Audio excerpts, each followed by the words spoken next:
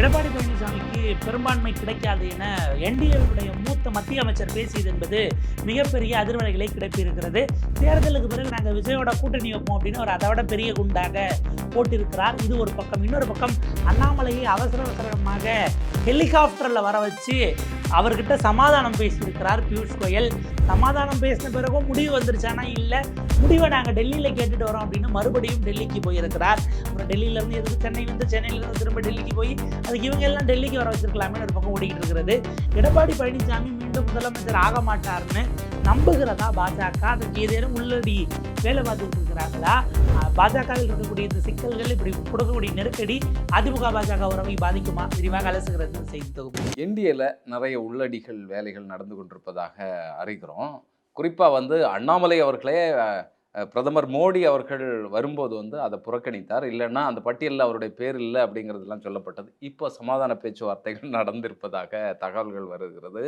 இன்னும் ஒருபடி மேலே போய் எடப்பாடி அவர்கள் முதல்வராகிறதுக்கான வாய்ப்பு இல்லை, நாங்கள் வேறு மாதிரி கணக்கு வச்சுருக்கோம் அப்படிங்கிற குரல் எல்லாம் பாஜகவிலேருந்து வர ஆரம்பித்திருக்கிறது. எப்படி பார்க்குறது? ரொம்ப முக்கியமான ஒரு டெவலப்மெண்ட். நீங்கள் அண்ணாமலையிலிருந்து நம்ம அதை தொடங்கலாம். ஏன்னா நேற்றைக்கு அது பிரேக்கிங் நியூஸாக போகுது. ஒரு பக்கம் எடப்பாடி பழனிசாமி சிவகாசியில் கேடி ராஜேந்திர பாலாஜி ஆதரிச்சு பிரச்சாரம் பண்ணிக்கிட்டு இருக்காரு. இந்த பக்கம் திருவாரூரில் கூட்டணி கட்சி ப்ளஸ் அவங்க கட்சியினுடைய வேட்பாளர்கள் மாவட்டத்தில் இருக்க 4 பேரையும் மேலே ஏற்றி ஸ்டாலின் பிரச்சாரம் பண்ணிக்கிட்டு இருக்காரு. சீமான் ஒரு பக்கம் அவருடைய பரப்புரை போயிட்டு இருக்காரு. விஜய் வீட்டுக்குள்ளே இருக்காப்புல. எல்லாம் வெடிச்சுக்கிட்டு இருக்கும்போது எது பிரேக்கிங் போகுதுன்னா, அவசரமாக தனி ஹெலிகாப்டரை எடுத்துக்கொண்டு சென்னை விரைகிறார் அண்ணாமலை. உடனடியாக வர சொன்ன பியூஷ் கோயல் பிரேக்கிங் போயிட்டு இருக்கு. என்னன்னா, அண்ணாமலை அவசரமா எங்கேருந்து வர்றாரு? பாண்டிச்சேரியில இருந்து வர்றாரு. அவர் அங்க பிரச்சாரத்துக்கு போயிட்டாப்ல. தமிழ்நாடு இதாகாது, பாண்டிச்சேரியில நம்ம ஜெயிக்க வைப்போம் என்டிஏவனு அவர் அங்க போயிட்டாப்ல.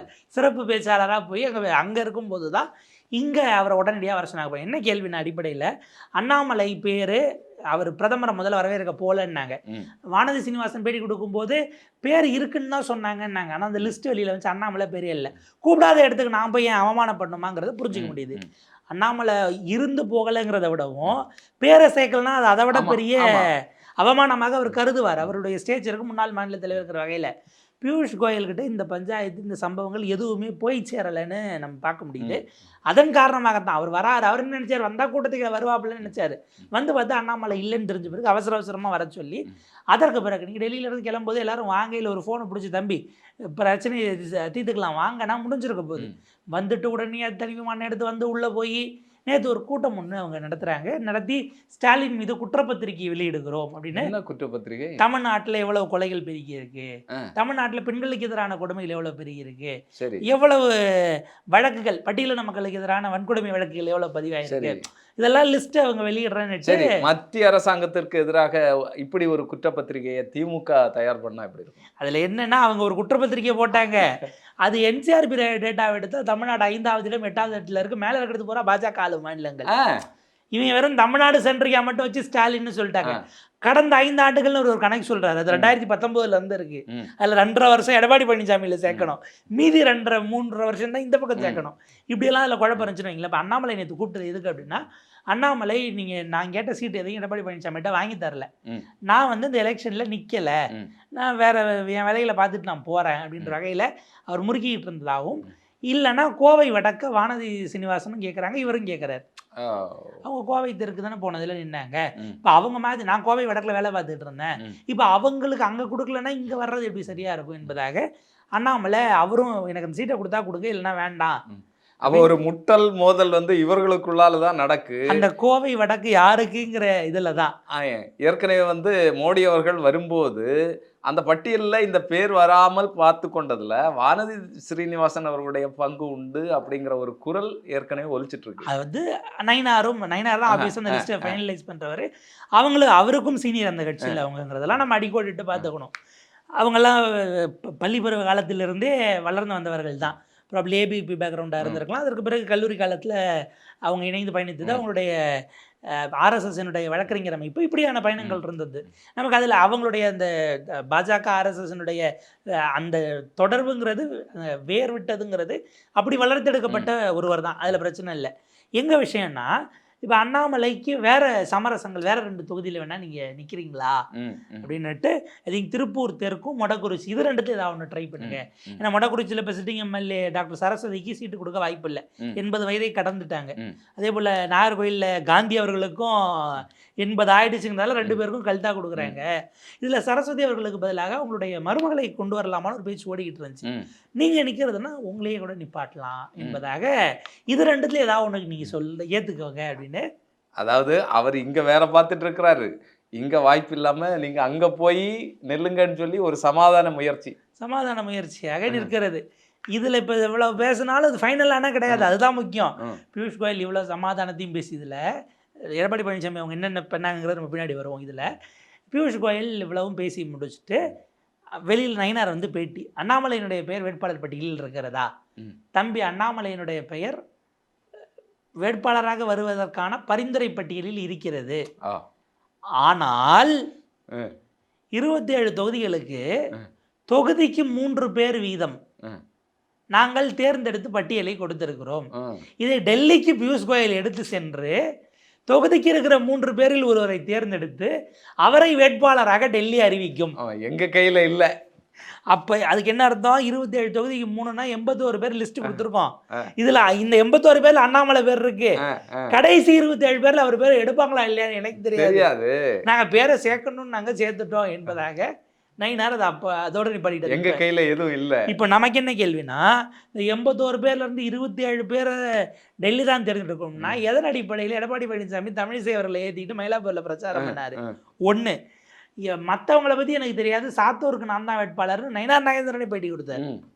அப்போ நீங்கள் எப்படி பேட்டி கொடுத்தீங்க? டெல்லி தானே சொல்லணும், உங்களுக்கு எங்கே அதிகாரம், நீங்கள் எப்படி இதை பேசுவீங்க அப்படின்னு ஒரு கேள்வி இருக்குது. ஸோ இது ஒரு சிக்கலாக நெருக்கடியாக மாறி அந்த பக்கம் நிற்கிது. எப்போ முடிவு தெரியும்னு தெரில. அண்ணாமலை கோவை வடக்குனா கொடுங்க, இல்லைன்னா நான் நிற்கலை அப்படிங்கிற இடத்துல இருப்பதாகத்தான் அந்த பக்கம் அவருடைய தரப்பிலிருந்து. இல்லைன்னா அவருடைய வார் ரூம் வந்து நாங்கள் வந்து வேலை செய்யும், தீவிரமாக என்ன வேலையை செய்யுமோ அந்த வேலையை செய்யும், தேர்தலுக்கான ஆக்டிவாக எங்கள் வார் ரூம் வேலை செய்யுங்கிற மாதிரியான ஒரு முடிவை அவருடைய ஆதரவாளர்கள் மத்தியில் எடுத்திருப்பதா பார்க்க முடியுது.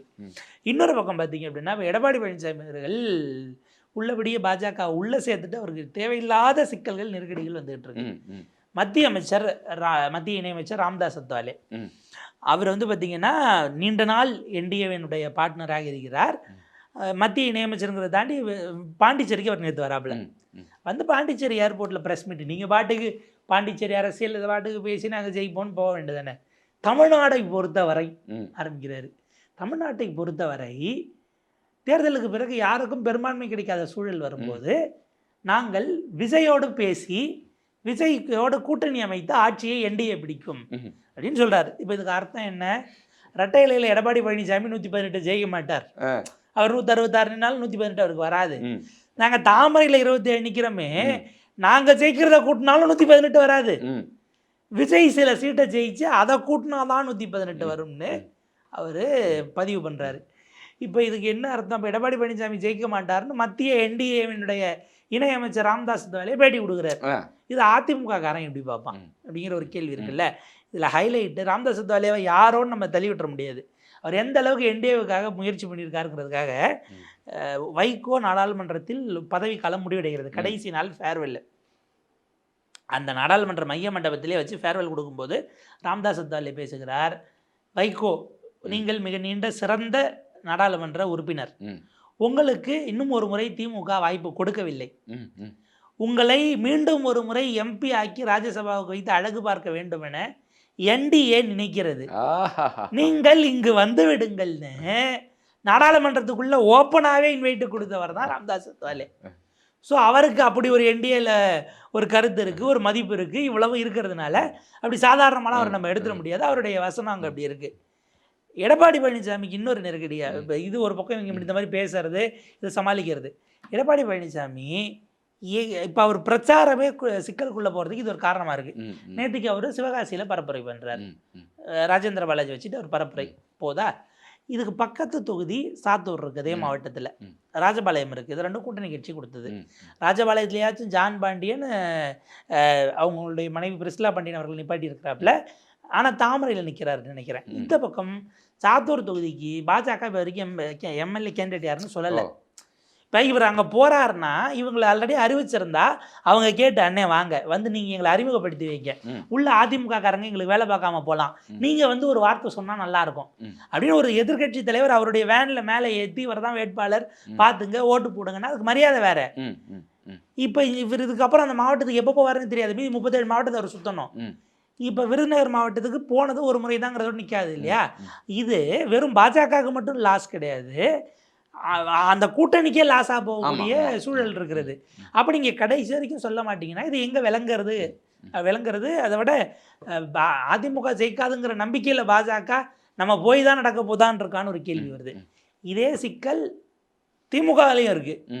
இந்த டெல்லியில் இருக்கிறவங்க இருக்காங்க இல்லையா. நேற்று ஸ்டாலின் அவர்கள் திருவாரூர் போகிறார்.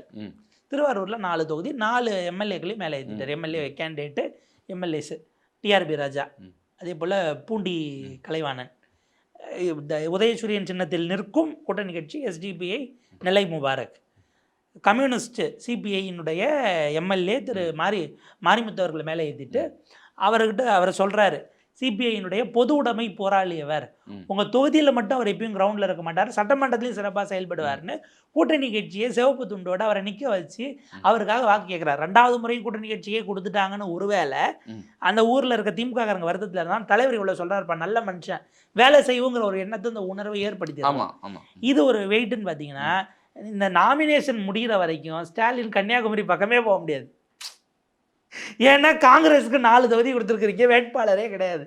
போய் இப்போ அவர் உதாரணத்துக்கு போகிறாரு விலவங்கோட்டுக்கோ இல்லை குளச்சலுக்கோ போகிறாருன்னு வைங்க, வெறும் வேணை வச்சுக்கிட்டு காங்கிரஸ் யாராவது நிப்பாட்டுவாங்க, நின்னாத கை சின்னத்தில் போடுங்க நான் கேட்க முடியும். இல்லை பிரின்ஸுக்கு சொல்லவா, பிரின்ஸ் ஏற்கனவே வந்து தண்ணி தெளிச்சு விட்டுருங்க அப்படின்னு சொல்லி மக்கள் கொந்தளிச்சிட்டு இருக்கிறாங்க. விலவங்கோட்டில் திரும்ப தாடகை கட்டி கொடுப்பாங்களா, அது காங்கிரஸ் கட்சிக்கே தெரியாதே, இவரே எப்படி சொல்ல முடியும் அப்படிங்கிற கேள்வி இருக்குல்ல. அப்போ இந்த 2 கட்சிகளும் தமிழ்நாட்டை எப்படி பார்க்கிறதுன்னு ஒரு கேள்வி இருக்குது. இவங்க உடனே ஒன்று சொல்லலாம், ராகுல் காந்தி கேரளாக்கெல்லாம் போயிட்டு இருக்காரு, ஏன் தமிழ்நாட்டுக்கு வரல, அங்கே 9ஆம் தேதி எலெக்ஷன் நீங்கள் ஒரு வார்த்தை சொல்லலாம், அது நியாயமான கருத்து. உங்களுக்கு 23 தானே அங்கே முடிச்சுட்டு வருவார்னு. சரி, இங்கே 23 நமக்கு எலெக்ஷன், நம்மள மாதிரியே ஒரு ஸ்டேட்டுக்கு 23 எலெக்ஷன் இருக்குது.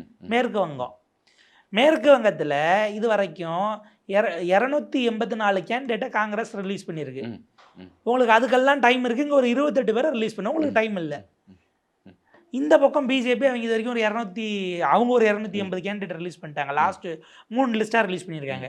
இங்கே ஒரு 27 கேண்டிடேட்டை உங்களால் ரிலீஸ் பண்ண முடியலன்னா என்ன நினப்பில் இருக்கிறீங்க அப்படிங்கிற கேள்வியை 2 பேரை நோக்கியும் கேட்க வேண்டியிருக்கும். டெல்லினாலே பிரச்சனை தான்.